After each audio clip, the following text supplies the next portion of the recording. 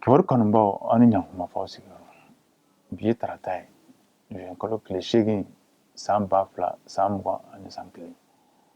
ni y'aw ka kunnafoni kunkurunin waati ye an b'aw ladɔnniya k'a fɔ kunun camancɛ fanga ɲɛmaa kura n'o ye colonel Asimi Goyita ye a ye kalikansiɲɛ baaraw kɛ kunun n'o kɛra an ka ɲɔgɔn dalajɛ yɔrɔ min n'a bɛ fɔ a ma ko CICB bada la o yɔrɔ la o kɛnɛ kan ye jamana sariyabolo ɲɛmaa bɛɛ lajɛlen tun bɛ yen kalikansiɲɛ kɛra olu de ɲɛkɔrɔ o baaraw kɔnɔna la Asimi y'a bolo kɔrɔta k'i kali k'a tɛ faso janfa a bɛ faso kɛrɛnkɛrɛn a bɛ faso matarafa a bɛ faso lakana jamana kɔnɔ diɲɛ kɔnɔ ka fasodenw lakana a y'o kalikansiɲɛ min kɛ o kɛra wagati min ye n'o y'a sɔrɔ ni a bɛ fɔ sariya ɲɛmɔgɔba min ma ko procureur o kɛlen k'a ka lasigili ko kumaw bɛɛ latigɛ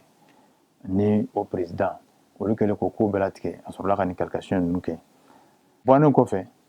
Asimi bɔra yen ka na an ka jamana hɔrɔnya yɛrɛma hɔrɔnya kɛnɛba min bɛ yen n'a bɛ f'o ma ko place de l'indépendance o yɔrɔ la yen nɔ hakilijigiyɔrɔ dɔ bɛ yen o hakilijigiyɔrɔ in tɔgɔ tubabukan na nanzarakan na ko monument de l'indépendance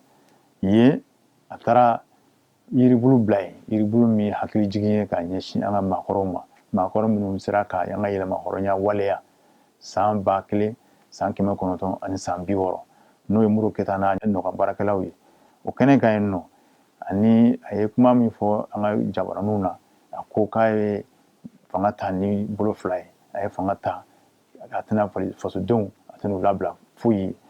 o bɔlen kɔ yen a y'i senfa ka se Kuluba n'o ye fanga dagayɔrɔ ye a ka baarakɛyɔrɔ yen a taara a ka baarakɛyɔrɔ cakɛyɔrɔ so k'o dayɛlɛ ka don k'i sigi baarakow taabolo daminɛ la